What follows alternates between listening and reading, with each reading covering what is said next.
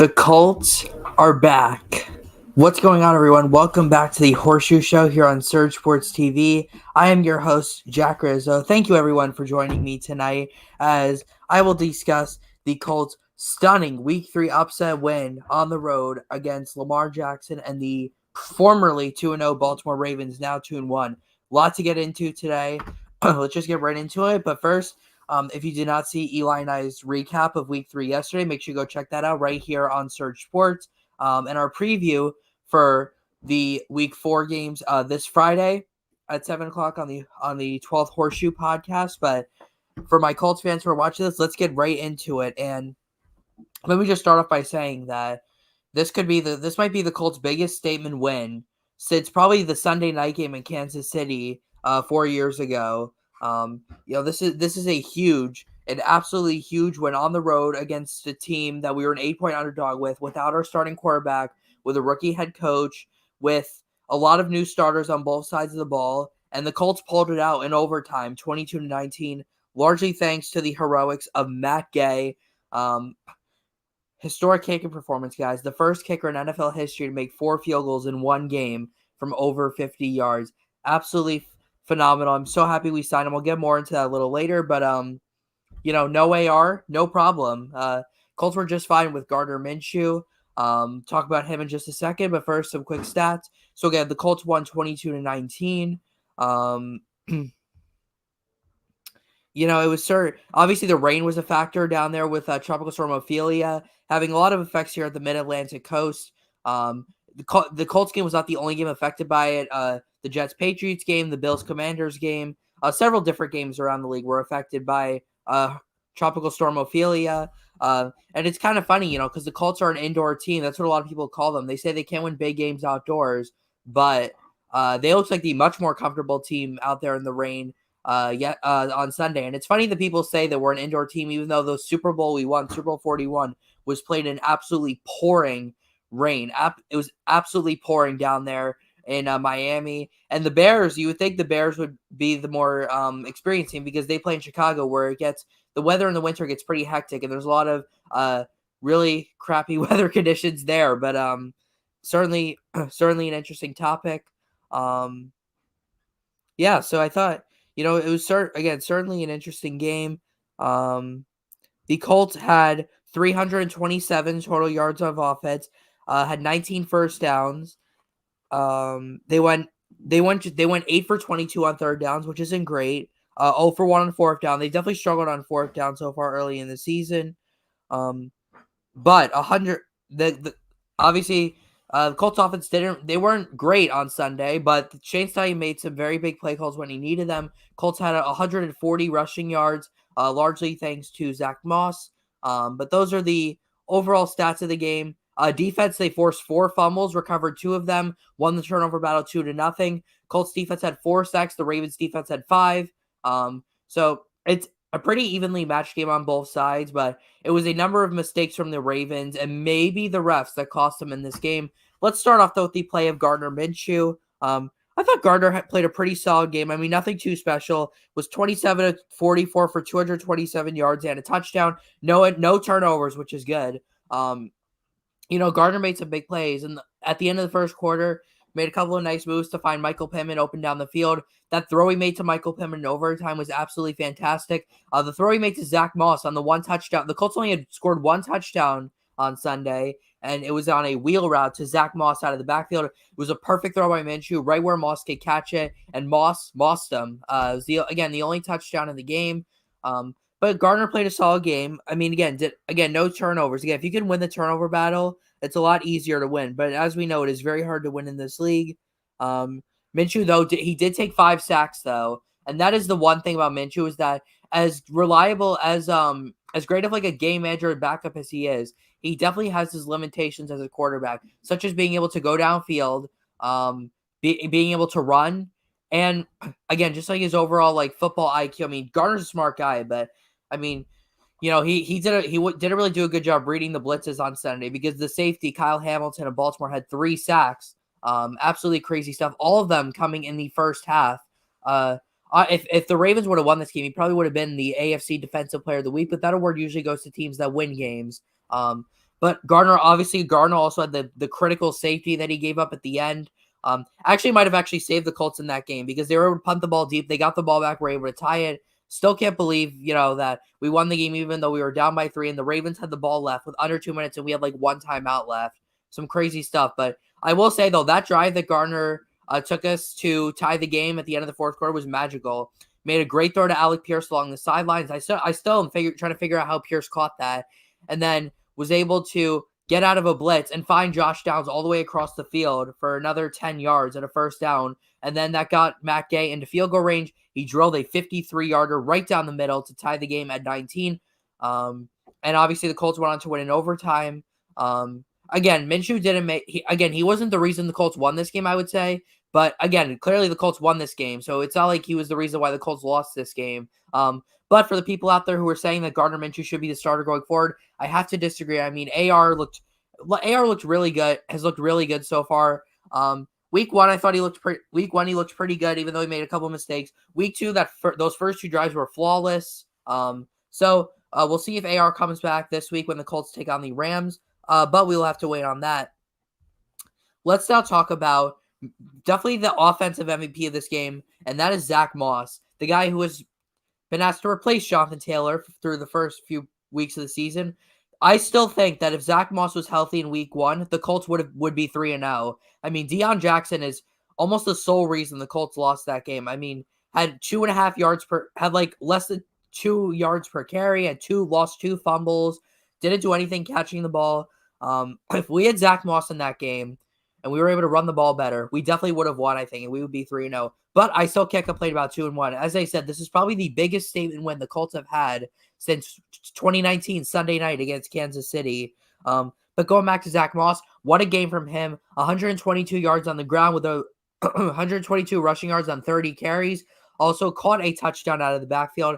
Absolutely phenomenal performance from him. I was pretty high on him coming out of the 2020 draft from Utah. Had some injuries, though, so he fell in the draft a little bit.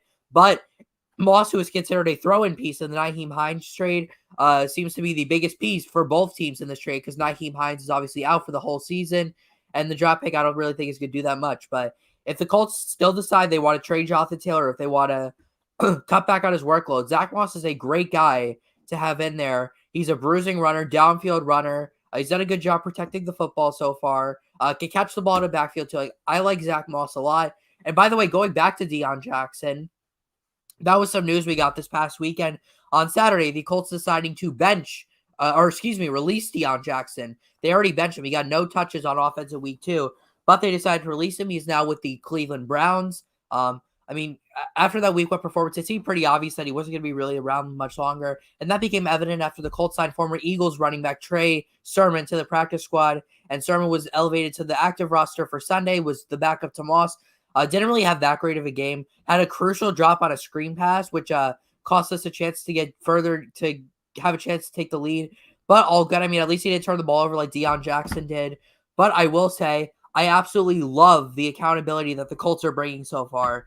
This is something that's been missing in past years. I mean, Frank seems like a great guy. The players respect him, but he had no accountability whatsoever. And you could hear it in his post-game press conferences. All he says is like, "Oh, we're really close. Like it's a lot closer than it looks." Or, I'm not going to give up play calling. It's not the play calling. Have some accountability, man. And Shane Steichen has brought accountability that basically says, if you have one bad starter, if you go out there and don't represent the team the way that we want you to, you're not going to play the next week. And the same thing happened with cornerback Darrell Baker Jr., who was named a week 1 starter during camp. And then 3 weeks later, he's a healthy scratch after his horrific week 2 performance against the Houston Texans. Juju Brents was the one who started in this place. But the bigger idea is that the accountability is something that cannot be missed. Certainly, Shane Steichen is bringing a new culture here. The locker room speeches have been epic. The whole locker room is behind Coach. They seem united together. I remember Shane Steichen during one of his early team meetings saying, when we are connected, we are committed. And I'm starting to really see that because the Colts have been connected these last 2 weeks, and they have been committed to winning these last 2, both on the road.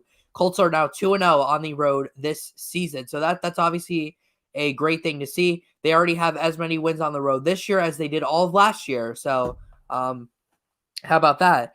Now talk about the skill position players, tight ends, receivers. Tight ends were both pretty quiet. Drew Ogletree had one nice grab over the middle. A quiet came from Kylan Granson after he caught his first NFL touchdown last week against the Texans. But then the Titans did a nice job, though, in run blocking, allowing for Zach Moss to find some open holes. When Jelani Woods comes back, I think he is going to, without a doubt, be the number one tight end on this roster. Just knowing that kid's potential, his size, he just seems like he's be the perfect red zone weapon for AR. So I cannot wait to see Jelani come back. In terms of the receivers, pretty solid all around. Michael Pittman, man, I think it's time the Colts pay him. This guy has made some big plays early in the season. Of course, the touchdown he got on 2nd and 28 in week 1 against the Jacksonville Jaguars. That unbelievable catch he made on Sunday. That's probably been the play of Michael Pittman's career, going up over 2 Baltimore defenders 35 yards downfield and making a spectacular catch to get to the 45-yard line while also getting his face mask ripped off of him. I still don't know how they didn't throw a flag on that, but Michael Pittman looks like the real deal. And in his contract year, I hope the Colts pay him. I hope they get a contract done before the season ends because, man, if we lose this guy, it's not going to be good. He's got great size. He's good, in those one-on-one matchups. He can work the middle of the field. He can work the sidelines. He can stretch the field. We saw that on Sunday, the fact that they could go downfield with him. But the Colts have had Frank Reich was a very conservative play caller, so we didn't really have a lot of downfield shots with Michael Pittman. Hopefully we start to see the same with Alec Pierce as well, or else Josh Downs might take his spot as the WR2 pretty quickly. In terms of Pierce, he's been very quiet this year. This week, though, definitely had his best game. He had 3 catches for 43 yards. He almost made an incredible catch down the left sideline during the final minute, but they missed a pass interference on Brandon Stevens of the Ravens. So the Colts had to kick a field goal. Josh Downs, another great game, 8 catches for 57. Had that big grab in the end of the fourth quarter to get into field goal range for Matt Gay to tie it. And it seems like Josh Downs is becoming like the security blanket for these quarterbacks. Seems like the guy they look to on third down. You could dump it off to him. You could stretch it deep with Josh Downs. I love the way this kid plays, and I think it was a great draft pick by Chris Ballard. Now, in terms of the offensive line, pretty solid all around. I know the Colts had 5 sacks yesterday, but that was definitely more so on Gardner Minshew than that was in the offensive line. Minshew should have read those 3 blitzes from Kyle Hamilton. I mean, that's not really on the offensive line to me. And then they gave up 2 other sacks, which probably were their fault. But this offensive line has been playing way better than they have in past years. They're looking more so like the 2018 to 2020 offensive line that we saw. Bernard Ryman quickly becoming one of the best young tackles in the league. He's been playing absolutely fantastic. Quentin Nelson looking more like his all-pro form early in his career. Ryan Kelly, one of the highest graded centers so far. I know he didn't play last week, but when he has been on the field, he's been great. Will Fries as well, done a great job in the run blocking.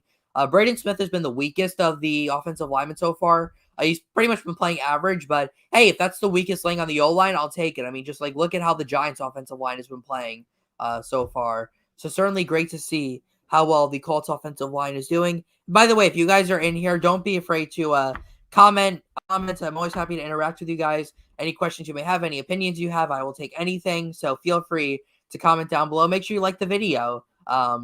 Thank you very much. All right, let's talk about the defense in this game. The real shining spot of this team. Man, guys, this defense is good. Very, very good. Front 7 might be the best in the league. Samson Ebukam, what a signing he was. 3 years, $27 million. Had another sack yesterday. Has a couple so far only this season. He's also a force in the run-stopping game. As I said, when we signed him, he was a better version of Yannick Ngakoue because Ngakoue is pretty much a one-trick pony. Ebukam can do everything. He can stop the run. He can blitz. He can come off the edge. He can push the pocket. He can line up inside. Ebukam is extremely versatile, and that was a great signing by Chris Ballard. I don't agree with all of his decisions, but he's definitely really good at finding good defensive line pieces. DeForest Buckner, Grover Stewart continue to play out of their minds. Best defensive tackle duo in football. Obviously Defoe's a great he's a great run stuffer. He's a great pass rusher. And Grove is just such a dominant run stuffer. It doesn't really even matter how good of a pass rusher he is. Linebackers. Zaire Franklin still leads the league with 45 tackles through the first 3 weeks. That is crazy. If he keeps that pace, he will break the all-time record for tackles in a season. Zaire is a tackling machine, and you could argue he's the most underrated player in the NFL right now. I'm not even joking. Zaire is just absolutely fantastic. Plays the game with heart. And how about he made a great tackle on Lamar Jackson during that game. saving a first down on a 2nd and long, and then EJ Speed, who also has been playing fantastic, got the stop. Speed has filled in perfectly for Bobby Okereke. He brings speed for linebacker, so it's fitting that his name is that. Love EJ Speed. It's funny, Shaq Leonard has been probably the least significant piece in the linebacking core this year. But again, imagine what happens when he's back to 100%. This linebacking core to me is the best in the league. And we've got my friend Sarah in here. Always appreciate Sarah in here. She's always supporting me. I love our defense. Ebucom has been playing amazing, and so is Matt Gay too. Now we can go get another receiver. Pierce ain't cutting it. Yeah, absolutely agree. Matt Gay will get to in a little bit. I mean, yeah, MVP of the game. Ebucom was a really underrated signing. I liked him even when we did before he stepped on the field for the Colts. Always underappreciated. I mean, it's hard to get any love in San Francisco. That front seven is loaded. And then, yeah, Zaire's a beast and go Colts. Couldn't agree more. As I said, I think right now, as a honest Colts fan, he is the most underrated football player in the entire league. Probably between him and Tyler Lockett. But I love Zaire. I love this whole team. With the heart they're playing with. It's hard not to love the way this Colts team is playing so far early in the season. The secondary had their best game of the season, and it was all thanks to more Shane Steichen accountability. More accountability coming via Shane Steichen after Darrell Baker's horrible performance last week 2 against Houston. Allowed CJ Stroud through for nearly 400 yards. He got benched. He was healthy, inactive, and rookie Juju Brents took his place for him. What a day that young man had. Forced a fumble on Kenyon Drake early in the game. That changed the tide. It looked like Baltimore was about to go up either 10-0 or 14-0, but got the fumble, and that pretty much just changed the tide of the game. Like it's not crazy to say if that fumble didn't happen, the Ravens would have ran away with this game, but it changed the flow of the game. So happy to have Juju on this team. It was a great find in the second round. And people were saying after week 2 he was a bust. I don't know where those people have been very quiet so far these last 3 days. Also had a great pass breakup on Mark Andrews as well. Great. It's so great to see that the Colts have trust in their rookie corner to cover one of the best tight ends in football.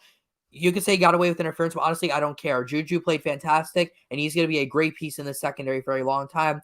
Can we go Devontae Adams or Mike Evans in free agency? I would love that, especially to pair with Pittman. That would be 2 big physical receivers lining up next to each other. Perfect for AR. Yeah, Pierce has really got to step it up. If he wants to keep his job, because again, with the way Shane Steichen's accountability is, it could take 1 or 2 bad games and you've already lost your job. So we'll have to see on that. Also, I will say Dallas Flowers and Kenny Moore are both playing fantastic so far this season. I saw a graph that showed how corners have been playing. They were both in the upper tier of coverage and separation being allowed. Darrell Baker was way down the list, near J.C. Jackson. $82.5 million to be a healthy and active, and now an arrest warrant out for him. What a waste of a signing by the Chargers. I mean, that they're a very dysfunctional organization, and I don't know why. It just shows why Bill Belichick does not pay his star players. You could just find better ones, either in the draft or in free agency or whatever. Now, in terms of the overall defensive stats, it was fantastic. 4 sacks on defense, including a critical one at the end of the game where Kwity Paye got Lamar Jackson down inbounds. I don't know why there wasn't a 10-second runoff. The officials reviewed it, and they just let the clock start on their signal. It should have been a 10-second runoff, but Justin Tucker missing the 61-yard field goal, so it really did not matter. Kwity as well has been playing fantastic as well. Maybe earning an extension. To me, I like MPJ. Downs, McKenzie are fine, but Pierce ain't in. Juju Brents was awesome too. McKenzie is a little iffy. Hasn't really been used much in the offense. Special teams, he's great, but he should not be a starting receiver. Yeah, I would love to go get Devontae Adams or Mike Evans, though I really wanted Mike Williams in free agency last year, but maybe not now because he just keeps getting hurt. He cannot stay healthy. Prayers up for Mike Williams, out for the season with a torn ACL. Going back to the defense, the 4 sacks, they had 4 forced fumbles. Just absolutely crazy. 2 fumble recoveries. Obviously, Juju Brents was the first one, and then Kwity Paye recovered one in the Reds in deep in Baltimore territory. Taven Bryan was the one who knocked the ball out. He's been a great depth piece on this defensive line as well. 6 tackle for losses. They did a pretty good job, except for covering Lamar in the run game. They did a pretty good job outside of that. Really, the only 2 mistakes the defense made yesterday on Sunday were probably the 2 touchdown runs by Lamar. The first one, not so much because he just found so much space, was able to take it in. The second was bad scheme, though. 3rd and 1. They line up in 5 wide. You don't think Lamar is going to run the football. without OBJ and all their running backs in. I mean, that was bad scheming, but hey, they stopped them the rest of the game, got some great stops in overtime. Baltimore had great field position on each of their 2 possessions in overtime, and both times they could not get into field goal range. Got a stop on 4th and 3 on the second one, and then got him out of field goal range on the first one. And by the way, I understand that some people think it was a penalty, but I'm going to explain why I think it's fair. Look at Rome Oduzzi in the draft. He is great from Washington. Certainly. I mean, that Washington offense, man, is pretty freaking good. Michael Penix looks like the Heisman favorite right now and could be a top 5 pick in next year's draft. But we will have to see on that. But yeah, in terms of, all right, let's go to special teams now. Matt Gay. Oh, wait, sorry. I meant to talk about the pass interference first. Yes, I think EJ Speed did get away with pass interference. But you know what? The Ravens, they missed so many calls on us, on the Colts, before that call. That I mentioned the face mask on Pittman. I already mentioned the 10-second runoff rule where they should have lost 10 seconds or had to call a timeout. They also missed several holding calls on the Colts. They missed a roughing the passer very early in the game on Kyle Hamilton when he hit Gardner Minshew in the head. So really, I think it's fair. I understand the Ravens fans are upset, but you shouldn't have been in it against a team that had a backup quarterback and is still without their former rushing champion 2 years ago. So that's all I've got to say about that. I just mentioned it. There are so many holding calls too. I totally agree, Sarah. Missed a lot of those, but got the dub though. So really does not matter. Special teams I'll go to now. Matt Gay, man, the MVP for the Colts this week. AFC Special Teams Player of the Week. The first kicker in NFL history to make 4 field goals from at least 50 yards. Drilled them from 54, and then he had 3 from 53, including the game-tying and game-winning field goals at the end of regulation and overtime, respectively. That's why you pay a kicker, man. I know a lot of people criticize the paying of Matt Gay, and a lot of people criticize when he missed that 28-yarder preseason. Just shows you shouldn't overreact to preseason. And all 4 of those kicks were right down the middle. They weren't even like cheap kicks. They were all right down the middle. That would have been good from a lot further out. How funny that we saw a historic kicking performance at M&T Bank Stadium this weekend, and it was not from Justin Tucker. It was from Matt Gay, the highest paid kicker in NFL history. Speaking of Justin Tucker, surprisingly missed a 61-yard field goal at the end of regulation. The kick was as straight as can be, but came up a little short. I think got under it a little bit. But so happy we have Matt Gay on the team. He's him. He is so clutch already. I already love the guy. He is so far 5 for 5 on 6 for 6, on field goals in 2023, and he is 8 for 8 on extra points. So Matt Gay having a great start to the season so far. Really happy the way he played. I picked back up Gay in fantasy and Granson too. Yeah, those are great picks. Granson I love. I think he's going to have a pretty good season. And yeah, having Matt Gay is pretty solid. I mean, the guy almost single-handedly won the game for the Colts on Sunday. A lot of fantasy points too for those of you fantasy owners who had him out there. In my league, I'm not sure how the other point systems work, but in my league, he would have had 24 points. So great game from Gay. Certainly worth the money, and Colts found to go. Imagine what happened if Hot Rod was still here, aka Rodrigo Blankenship. Probably wouldn't have even trusted him to make a field goal from that far, and he probably would have missed like a 22-yarder to win it anyways. And Frank Reich would have come out and said, "Oh, he's still gonna be my kicker." Like, oh, whatever. And it's funny because the last time we were in Baltimore, Hot Rod cost us the game, and the Ravens went on to win in overtime. I have Pittman Jr. in the flex. That's a great, Pittman is fantastic. Love the guy, great guy. Family man, he's a great NFL player, and I hope the Colts pay him, and I hope he stays here forever. He didn't make the Bucs team. Obviously, it's for a reason. They got Chase McLaughlin, who's a pretty good kicker in his own right. Did pretty well for the Colts last year, so good for him. Wishing the best though for Auburn. I mean, he seems like a pretty cool dude. Just I don't think he's really fit to be an NFL kicker. I mean, he just does not have that clutch gene in him. All right, so now that I have recapped the whole game, Week 3 game against Baltimore, let's preview the Colts' upcoming game this Sunday, 1 o'clock on Fox. Kenny Albert, Jonathan Vilma, and Shannon Spake, I believe her name is, on the call. As the Colts take on the Los Angeles Rams at Lucas Oil Stadium. The Colts' second home game of the season.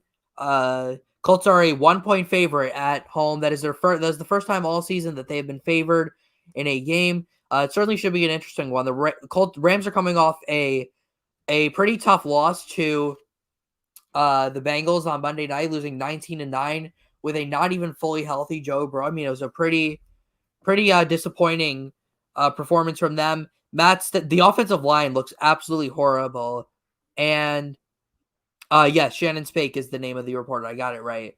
But certainly a horrid performance from their offensive line. The Colts defense might have a field day. Honestly, I feel like the Colts defense could have like close to 10 sacks. I really do. Hopefully AR will be back. He's still in the concussion protocol. He practiced today, though, which is a good sign of practice in full. He needs to practice one more day before being able to get cleared. So I would expect him to get cleared either Friday. I'd probably expect Friday for him to get cleared, but we'll have to see. Same deal goes for Ryan Kelly. In terms of going into this game, I think our strengths are that, again, our pass rush and I think health, because it seems like not having Cooper Kupp finally caught up to the Rams last week. And if Juju Brents can play like he did last week, I think the Colts have a pretty good chance.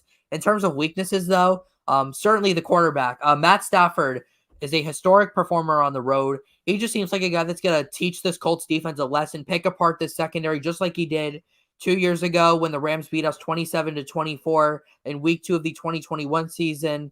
That was a crazy game. I remember watching that game. It was really fun, but certainly not a fun memory because they lost. But yeah, it certainly should be an interesting game. Again, the Rams were pretty disappointing last week, but I honestly don't think we should sleep on them in this game. In fact, Colts fans are going to get mad at me, especially after what happened last week, but I'm going so far as to pick the Rams to win this game by a final score of 27-24, which is actually the exact same score that they won last time they played in Indy. And the reason why I say that, well, one, whenever I pick against the Colts, they always seem to do well, so that could be one of the reasons. But number two, again, Matthew Stafford, just something about him performing on the road. He's never lost a road game to the Colts. It just seems like this is going to be the perfect opportunity for him to pick apart this Colts secondary. Puka Nacua, Tutu Atwell could have big games. Aaron Donald going to be a force of nature in the middle of the field. I think he's going to teach Will Fries a little bit of a lesson. Obviously, I hope I'm wrong with all of this. Sorry, Jack Rams over Colts 20-25. I mean, we have a very similar score prediction. I have just one more point. I have one less point for each team. But same score prediction. I'm surprised Eli's picking the Rams because he's a Seahawks fan. Eli seems to pick the NFC West teams a lot to win, even though he doesn't really like any of them. He has the Cardinals beating the 49ers this Sunday. Spoiler alert. Think he's crazy for that. But hey, Eli's doing a great job this season, picking the scores so far. So maybe I need to start listening to him, but we'll just have to see on that. So yeah, 27-24 Rams is my final score prediction. I don't like picking the Rams to win, but whenever I pick against the Colts, they always seem to do well. So maybe I should just pick against them every week and just suffer in my record predictions, but I will take anything for more Colts victories. Sarah, bang bang, or yuck Rams, yuck, yeah. Bang bang Niner gang. And then you have to do what you have to do to get the win. I totally agree. I do anything to get a Colts win on Sunday. Almost nothing feels better than getting a Colts win on Sunday. But certainly excited for the game. And that's pretty much where I'm going to wrap it up. So thank you for watching. Thank you to Sarah, as always, for being in the chat, and to my broadcast and podcast partner, Eli, for being in as well. In terms of the upcoming schedule, we will be at St. Mary's Homecoming this Saturday as they take on Woodridge. 1 o'clock kickoff on Surge Sports. Should be interesting. Like the Ravens in the NFC, my boy is Kittle. Yeah, for sure. I mean, if you guys don't know, Sarah is very close with a lot of players who went to the University of Iowa because she is from that area. Really cool story. I mean, so she pretty much probably knows half the league's tight ends because that seems like where they all come from. And by the way, let's give a shout out to Sarah because of how well Sam Laporta from Iowa has been playing. Just set the record for most receiving yards, receptions by a tight end in his first 3 career games. So congrats to Sarah and her Iowa player on that. But catch Eli and I on Saturday for the homecoming game for St. Mary's against Woodridge, 1 o'clock kickoff on Surge Sports. Eli and I this Friday on the 12th Horseshoe for our week 4 predictions. We already predicted the Lions-Packers game this Thursday. And then next Tuesday for the recap and next Wednesday for my show. Thank you everyone for watching. Jack Rizzo signing off, and good night.